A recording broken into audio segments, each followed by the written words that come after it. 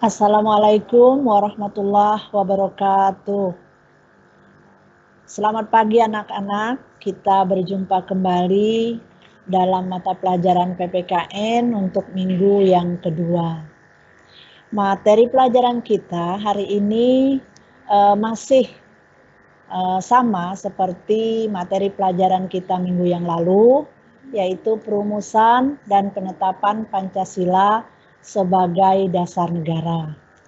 Sebelum kita mulai pelajaran, saya ingin tahu apa kabar anak-anak hari ini. Semoga kabarnya baik-baik saja, semoga tetap sehat, ya, sehingga kita bisa beraktivitas sebagaimana biasa. Baiklah anak-anak, sebelum kita melanjutkan pelajaran kita pada hari ini, minggu yang lalu ada pertanyaan yang tersisa yang saat itu belum sempat Ibu jawab, tetapi waktunya sudah keburu habis. Hari ini kita coba untuk menjawabnya ya, pertanyaan yang dua kemarin. Yang pertama yaitu tujuan pembentukan BPUPKI dan yang kedua tugas BPUPKI. Ya, tujuan pembentukan BPUPKI itu sudah saya sampaikan ya ke anak-anak bahwa tujuan pembentukan BPUPKI itu yang pertama dilihat ya di sana yaitu mempersiapkan berbagai bidang kehidupan yang berhubungan dengan pembentukan negara yang akan merdeka. Nah, itu tujuan utamanya, yaitu mempersiapkan segala sesuatu yang berhubungan dengan kehadiran negara Republik Indonesia yang akan lahir dalam waktu dekat, yaitu dengan proklamasi kemerdekaan. Saya rasa itu tujuan pembelajaran itu jawaban yang pertama ya. Kemudian tugas-tugas BPUPKI, anak-anak sebenarnya tugas-tugas BPUPKI itu belum tuntas kita pelajari. Sebaiknya kita pelajari sampai tuntas dulu ya. Saya akan menjelaskan apa saja yang menjadi tugas-tugas BPUPKI. Nah, baiklah anak-anak, itu janji saya untuk menjawab pertanyaan minggu yang lalu. Sebelum kita masuk kepada materi pelajaran kita pada hari ini, terlebih dahulu saya ingin menyampaikan apa tujuan pembelajaran kita hari ini. Ya. Tujuan pembelajaran kita hari ini yaitu kita ingin mengetahui sejarah perumusan Pancasila sebagai dasar negara, dan yang kedua memahami tujuan pembentukan BPUPKI, yang ketiga mengetahui tokoh-tokoh yang terlibat dalam sejarah perumusan dasar negara, dan yang keempat membedakan berbagai usulan dasar negara dari berbagai tokoh perumus. Anak-anak, ini tugas daripada BPUPKI.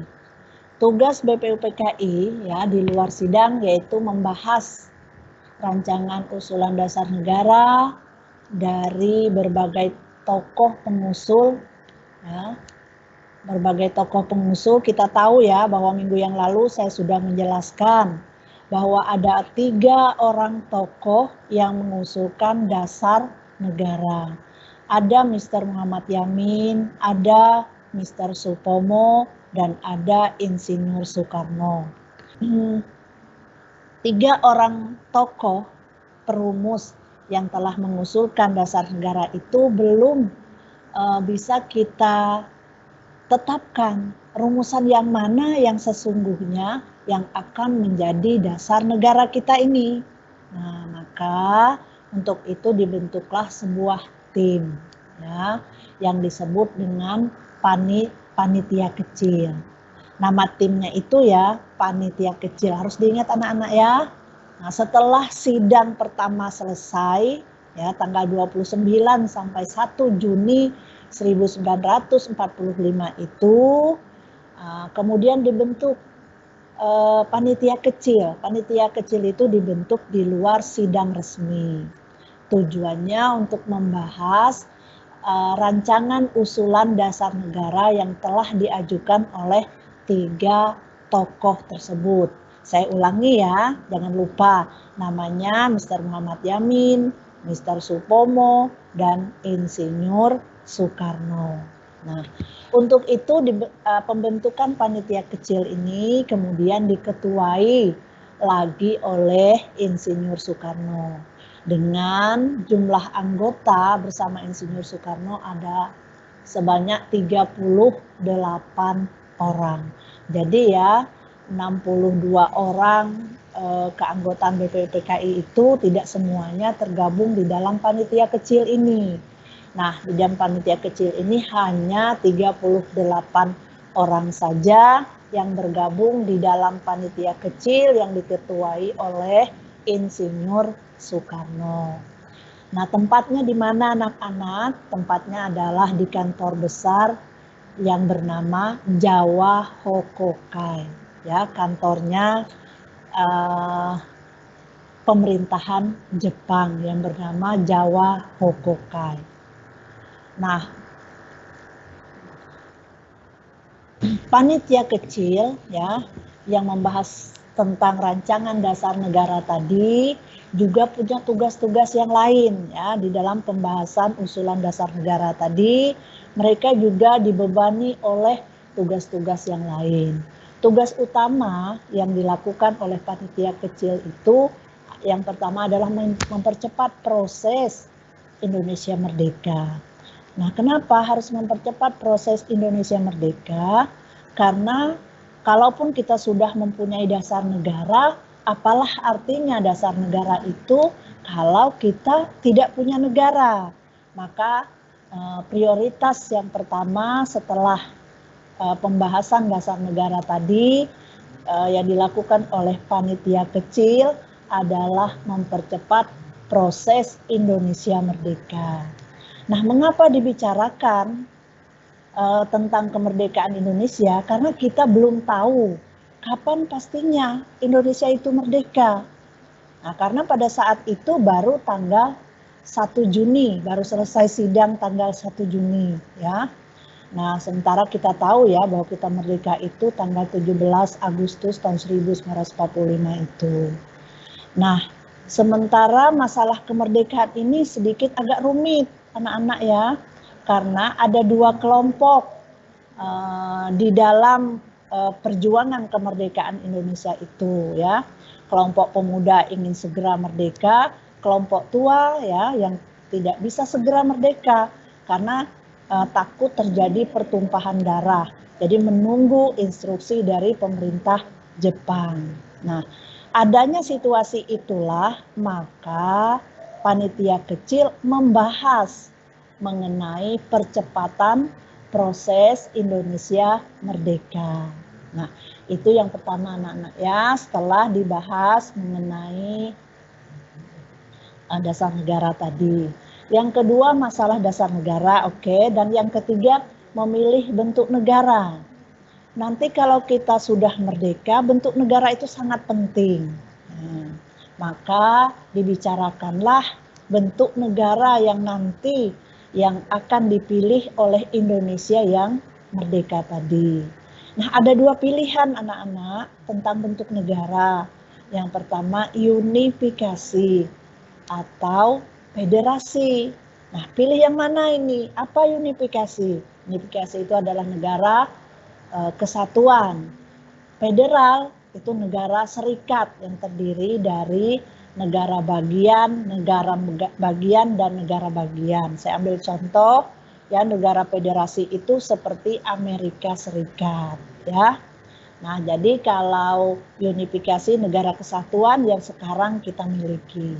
Jadi pada saat itu panitia kecil harus membahas masalah bentuk negara, apakah memilih unifikasi atau federasi. Nah, kemudian yang keempat juga dibahas mengenai bentuk pemerintahan ya. Dan kepala negaranya. Itu bentuk negara. Maaf ya, salah ketik. Bentuk pemerintahan dan kepala negaranya ya. Jadi apakah bentuk pemerintahannya nanti akan kerajaan dengan kepala negaranya raja, atau bentuk pemerintahannya tadi republik dengan kepala negaranya adalah presiden, ya. Jadi itu yang keempat, bentuk negara, bentuk pemerintahan dan kepala negara juga dibicarakan di dalam panitia kecil. Nomor 5, yaitu tentang warga negara. Nah, warga negara ini bagaimana? Ya. Nah, dibicarakan penting sekali tentang warga negara ini karena di dalam diri seorang warga negara itu ada hak-haknya dan ada kewajiban-kewajibannya, ya. Dan itu harus diatur dalam sebuah negara. Jadi, yang kelima, tugas dari panitia kecil adalah membahas tentang warga negara, ya. Warga negara itu siapa, Bu? Ya, warga negara itu kita ini. Ibu juga warga negara, kamu warga negara, ibu dan ayah kamu warga negara, kemudian adik-adik kamu juga warga negara. Intinya, warga negara itu setiap orang yang berada dalam suatu wilayah atau tempat tinggal, ya. Nah, seperti kita ini namanya warga negara. Dalam diri kita ini melekat hak dan kewajiban, dan itu harus diatur oleh negara supaya ya antar satu dengan yang lain itu tidak terjadi masalah. Kalau terjadi masalah repot negara kita ini, nanti ada demo, nanti ada kerusuhan dan lain sebagainya. Semua itu disebabkan oleh warga negara, ya. Nah, berikutnya tentang daerah. Nah, kita tahu apa itu daerah. Nah, kamu tinggal di mana? Ya, Ibu nanya, oh saya tinggal di Samarinda, Ibu. Nah, itulah namanya daerah, ya. Saya tinggal di Samarinda. Samarinda itu mana? Kalimantan Timur, ya. Namanya itu salah satu contoh yang dimaksud dengan daerah, ya. Nah, daerah harus ditentukan mana saja daerah yang menjadi wilayah Republik Indonesia. Daerah mana saja. Mengapa dibicarakan daerah, anak-anak? Karena daerah itu sangat penting. Ya. Nah, sangat penting. Ya, karena sebuah negara itu berdiri, ya harus ada daerahnya. Harus ada atau wilayahnya harus ada. Ya. Nah, jadi daerah-daerah mana saja yang menjadi wilayah Indonesia nanti kalau kita merdeka. Nah, berikutnya lagi, masih ada tugas yang berikutnya, yaitu tentang agama dan negara. Mengapa ada agama dan negara? Ya, nah, karena akan dibicarakan apakah agama itu sendiri berjalan atau negara juga berjalan sendiri. Agama dan negara itu apakah nanti boleh ada hubungan atau tidak boleh ada urusan atau hubungan, ya. Nah, jadi yang ketujuh adalah soal agama dan soal negara. Bolehkah agama dan negara itu ada kaitannya, ada hubungannya? Itu akan dibicarakan juga di dalam panitia kecil. Ya, masih ada lagi 2, 8 dan 9 ya. Nah, yang 8 yaitu tentang bela negara. Pentingkah, Bu, bela negara? Penting. Kan kita tidak semuanya tentara, Bu. Masa penting bela negara? Nah, kita jelaskan ya. Bela negara bagi warga negara Indonesia, bagi negara Republik Indonesia, tidak hanya dibebankan kepada tentara atau TNI saja. Ingat ya, kalau kita merasa sebagai warga negara, maka kewajiban bela negara itu menjadi tanggung jawab kita. Nah, jadi 8 itu juga dibicarakan tentang bela negara. Nah, ya. Siapa yang akan melakukan bela negara? Dibicarakan oleh panitia kecil. Apakah hanya dibebankan kepada tentara saja atau masyarakat atau kita dilebatkan? Itu adalah materi pembahasan di dalam panitia kecil, ya.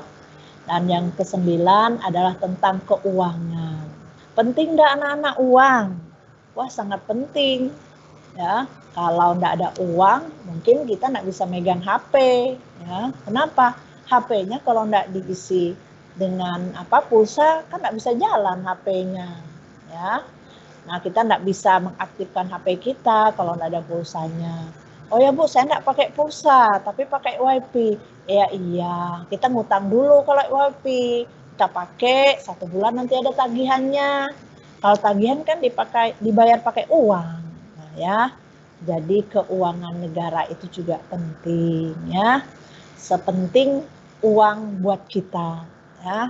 Gimana pentingnya kita tentang uang? Begitulah negara memerlukan uang. Kenapa? Karena pembangunan ya butuh uang. Kita mau bikin jalan raya yang tidak becek, beraspal, pakai uang. Nah, kalau kamu mau ke sekolah ya, nanti kita doakan semoga COVID-19 segera selesai, kita bisa ketemu, kita bisa sekolah, kita bisa tatap muka, kita bisa jabat tangan lagi, kita bisa bersenda gurau ya.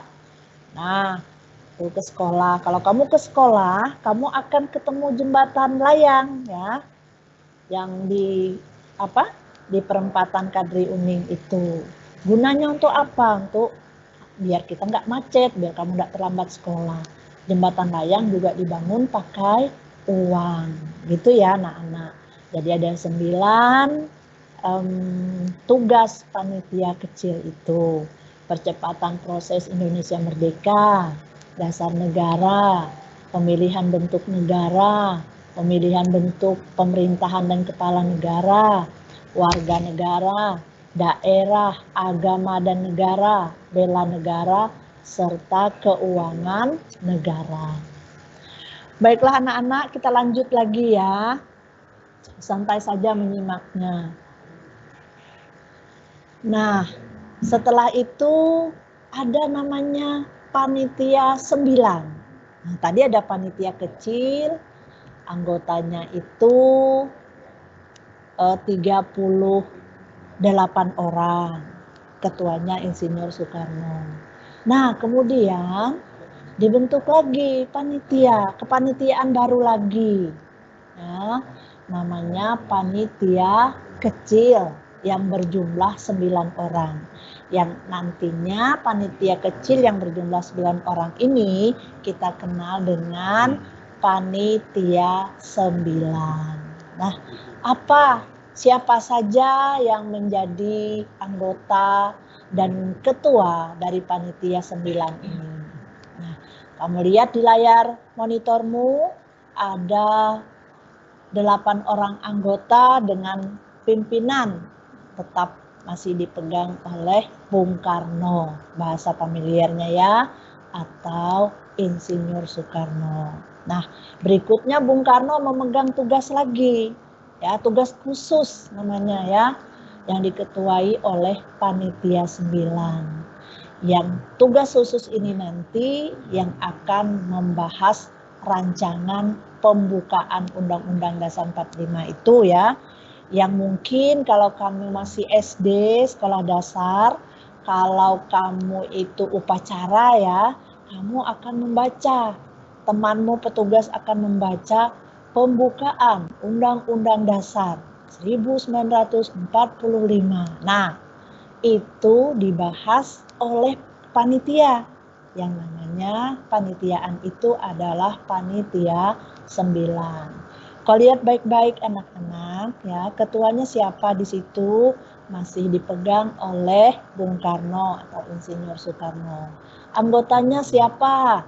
1-8 orang. Ada Muhammad Hatta, Muhammad Yamin, A.A. Maramis, Mr. Ahmad Subarjo, Kiai Haji Wahid Hasim, Kiai Haji Kahar Muzakir, Haji Agus Salim, Raden Abi Kusno ya.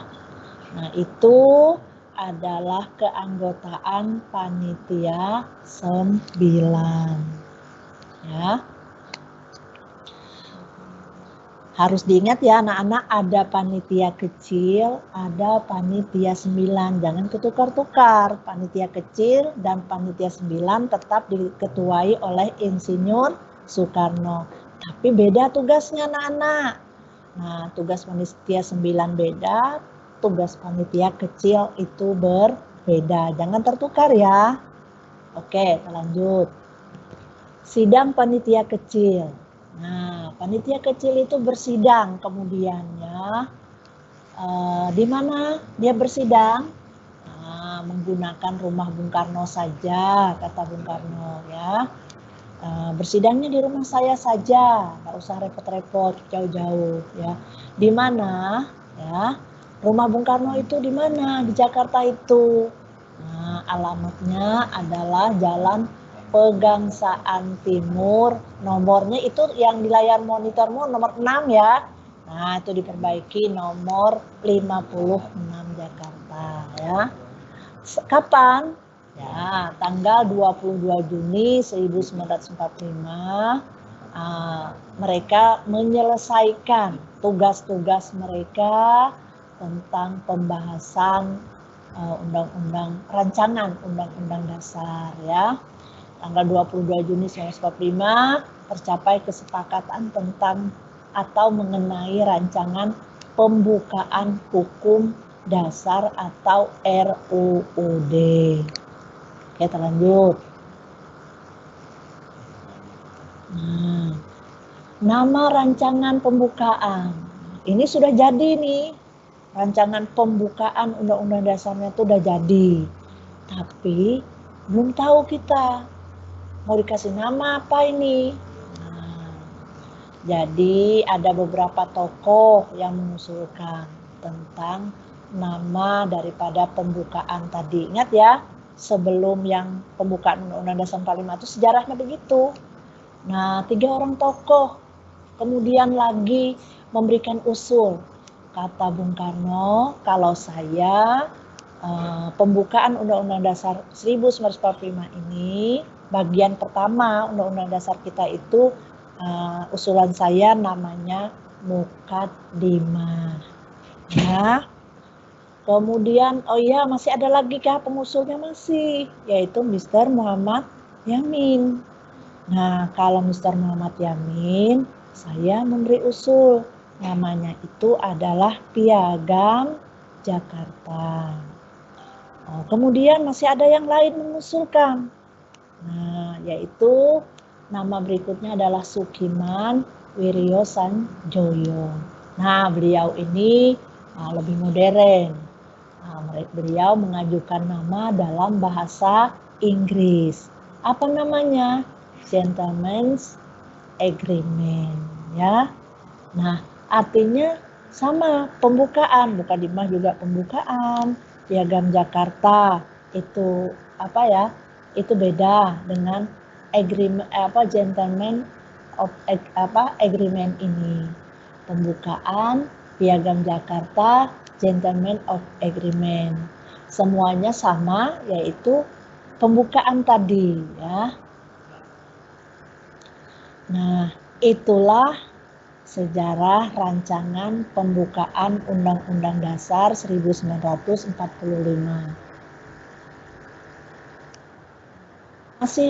Masih saya lanjutkan slide mengenai nama rancangan pembukaan Undang-Undang Dasar 45 ini ya. Yaitu tentang pembukaan ini tadi. Nah, rumusan dasar negara kemudian disepakati.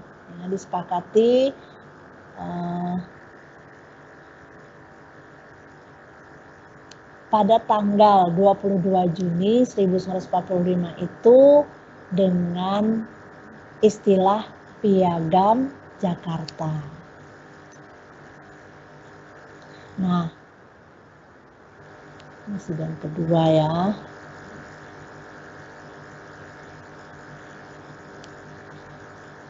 Kemudian itu rangkaian sidang pertama tadi ya. Rangkaian sidang pertama tadi, sidang resminya 29 sampai 1 Juni. 1 Juni ditutup ya, sidang resmi itu. Nah, yang kita bicarakan tadi, yang kita pelajari tadi, itu adalah sidang di luar sidang resmi, ya. Karena BPUPKI itu bersidang selama masa tugasnya itu ya, sampai tahun 1945 itu hanya 2 kali saja. Namun tidak berarti 2 kali saja selama kurun waktu itu mereka tidak bekerja. Mereka tetap bekerja dengan membentuk panitia-panitia kecil, ya. Dari sekian banyak jumlah keanggotaan BPUPKI itu mereka membagi tugas-tugas mereka, ya. Nah, yang kita bicarakan dalam sejarah adalah tentang sejarah perumusan dasar negara. Mengapa kita bicarakan pembukaan, ya? Pembukaan Undang-Undang Dasar 1945, karena di dalam pembukaan Undang-Undang Dasar 1945 itu terdapatlah dasar negara, ya. Nah, saya akan selesaikan sidang pertama saja dulu ya. Nanti sidang keduanya setelah ini ada sesi pertanyaan, ya. Selanjutnya Piagam Jakarta yang disahkan pada tanggal 22 Juni 1945 itu berisi tentang dasar negara yang kita sebut dengan istilah Pancasila, ya anak-anak. Masih ingat pelajaran minggu lalu bahwa tanggal 1 Juni 1945 itu hari lahirnya istilah Pancasila. Jadi istilah Pancasila, di mana Pancasila itu terdapat, yaitu di dalam pembukaan Undang-Undang Dasar 1945 sebelum tanggal 18 Agustus 1945 dia bernama Piagam Jakarta, ya. Baiklah anak-anak, pelajaran kita saya akhiri sampai di sini dulu, yaitu tentang perumusan dan pengesahan Pancasila sebagai dasar negara. Masih sidang pertama ya, mungkin minggu depan kita akan membahas sidang yang kedua, ya. Nah, ini sidang minggu depan sidang yang kedua, ini masih sidang yang pertama, ya. Anak-anak masih ada waktu sekitar 10 sampai 15 menit. Saya akan membuka pertanyaan untuk anak-anak. Silahkan bertanya tentang materi pelajaran kita. Ya. Apa? Ya. Ini ada pertanyaan dari kelas 7H. Nah, jadi di sini ada konferensi atau KMB, ya, biasa disingkat dengan KMB. Apa KMB? KMB itu konferensi meja bundar, atau bukan konvensi meja bundar ya. Jadi konferensi meja bundar. Anak-anak sebenarnya kamu ibarat terbang itu terlalu cepat terbangnya, ya. Nah, pelajaran kita belum sampai di sana. Materi kita masih di BPUPKI. Tapi tidak apa-apa anak-anak, lebih cepat lebih baik, ya kan? Nah, ini pengetahuan umumnya ya, lebih cepat lebih baik. Nah, pertanyaannya itu kapan, di mana? Kapannya itu kita jawab pada tanggal 23 Agustus 1945 sampai dengan 2 November 1945, ya. Di mana Bu kotanya, desanya, kampungnya, negaranya, ya. Jadi KMB itu berlangsung tidak di tempat kita, tidak di Indonesia, tapi di negara Belanda. Nah, apa nama negaranya? Yaitu Den Haag, ya. Di kota Den Haag, di negeri Belanda. Berlangsung cukup lama, mulai tanggal 23 Agustus sampai dengan 2 November tahun 1945. Nah, ya, hasilnya Ya, pokoknya kesimpulannya hasil KMB itu merugikan bangsa Indonesia. Itu intinya ya. Saya tidak akan menjawab detail karena pertanyaannya melesat dengan cepat ya dari materi pelajaran kelas 7. Nah, itu akan dibahas mungkin secara detail pada pelajaran kelas 3. Begitu ya anak-anak. Kita masih ada waktu ini. Oh ya, Pak, saya tidak bisa menjaga tulisan itu. Bapak bacakan saya. Iya ya. BPU PKI.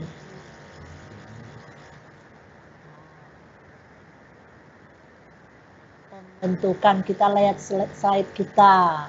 Nah, pembentukan BPU PKI itu lihat di monitormu anak-anak. Tanggal 1 Maret 1945 diumumkan pembentukan BPU PKI. Ya, 1 Maret diumumkan pembentukan, tapi pelantikannya berbeda. Yang kamu tanyakan adalah pembentukan BPU PKI. Ya. Yang membentuk BPU PKI itu adalah pemerintahan Jepang. Ya. Nah, yang diusulkan oleh tokoh-tokoh bangsa kita, termasuk Bung Karno, ya, yang menanyakan keseriusan Indonesia ini akan merdeka. Betulkah pemerintah Jepang akan merestui kalau kita merdeka? Maka tanggal 1 Maret 1945 oleh pemerintahan Jepang diumumkanlah pembentukan BPU PKI ya. Oke, apalagi? Masih ada waktu lagi anak-anak, 5 menit. Oh, kenapa Amerika disebut negara federasi? Ya, Pak, habis.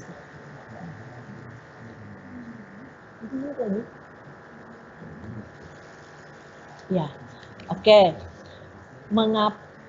Mengapa Amerika Serikat disebut negara federasi? Nah, itu tadi anak-anak. Maka di dalam sidang panitia kecil tadi kita bahas. Kita itu milih bentuk negara federasi atau milih unifikasi. Maka disepakati kita memilih unifikasi. Apa unifikasi? Negara Kesatuan. Nah, NKRI, Negara Kesatuan Republik Indonesia. Bu, kalau Amerika tidak begitu. Oh iya, mereka pun punya hak untuk memilih bentuk negaranya. Mereka lebih enak, lebih nyaman memilih bentuk negara federasi. Apa negara federasi? Negara-negara. Kamu ingat enggak? Bendera Amerika, bintangnya berapa? 50 kan? Nah, di bendera Amerika yang 50 itu, bintangnya yang 50 itu melambangkan negara-negara. Jadi di dalam bendera itu dinyatakan ada 50 negara yang bergabung menjadi Amerika Serikat. Masing-masing negara punya pemerintahan sendiri anak-anak. Mereka punya presiden sendiri. Kalau ada 50 negara, berarti presidennya berapa? Tentu 50 negara, 50 orang juga. Nah, kalau Indonesia kita memilih unifikasi. Nah, jadi presiden kita berapa? Satu saja presiden kita. Ya, tidak banyak.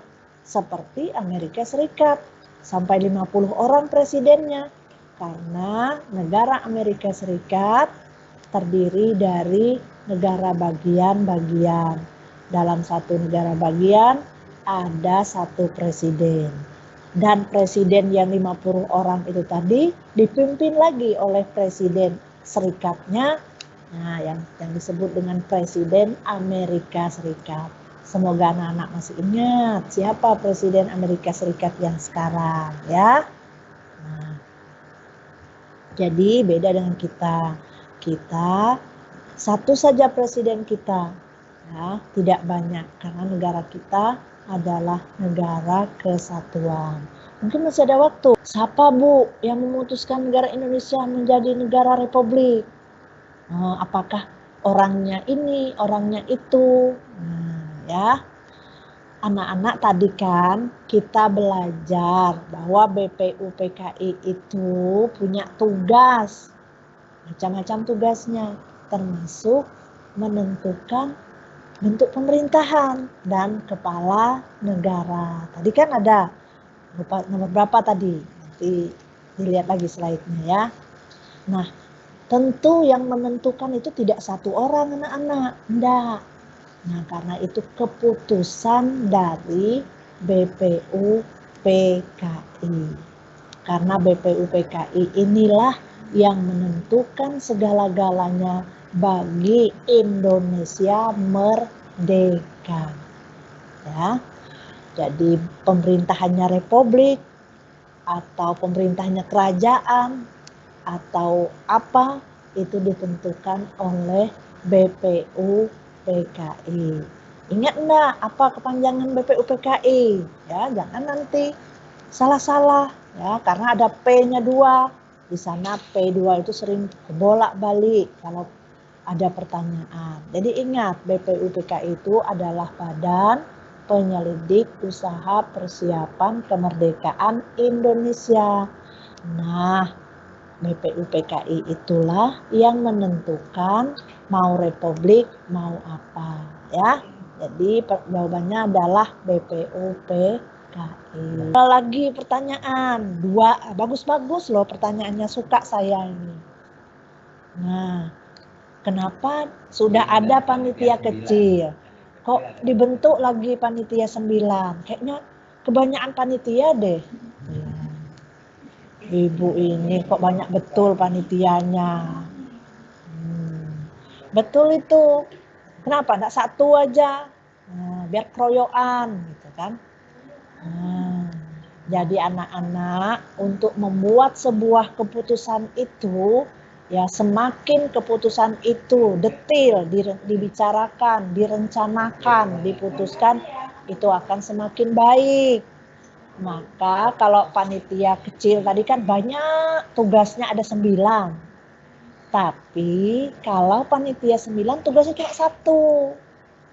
Yang dibahasnya adalah Piagam Jakarta sebelum tanggal 18 berubah menjadi pembukaan Undang-Undang Dasar 1945. Jadi hukum dasar kita dibahas oleh khusus panitia 9 yang membahas tentang Piagam Jakarta yang sekarang disebut dengan pembukaan Undang-Undang Dasar 45, karena di dalam pembukaan itulah terdapat Pancasila sebagai dasar negara. Nah, karena itu adalah hal yang sangat-sangat mendasar dari kehidupan bangsa Indonesia, maka harus dibahas oleh orang-orang yang memang bagus, hebat, atau istilah sosialnya orang-orang yang berkompeten, orang-orang yang memang hebat, yang akan menentukan nasib bangsa Indonesia ke depan dengan dasar negara. Bagus anak-anak, itulah perjumpaan kita hari ini. Saya senang bersama dengan anak-anak pada hari ini. Pertanyaannya bagus-bagus, semoga menyimaknya pun bagus ya, bisa tersimpan dengan baik di file otak kepalanya ya. Mohon maaf jika Ibu ada salah kata ya. Semoga ya, harapan saya semoga yang saya sampaikan bermanfaat bagi kita semua. Saya akhiri. Wassalamualaikum warahmatullahi wabarakatuh. Selamat pagi.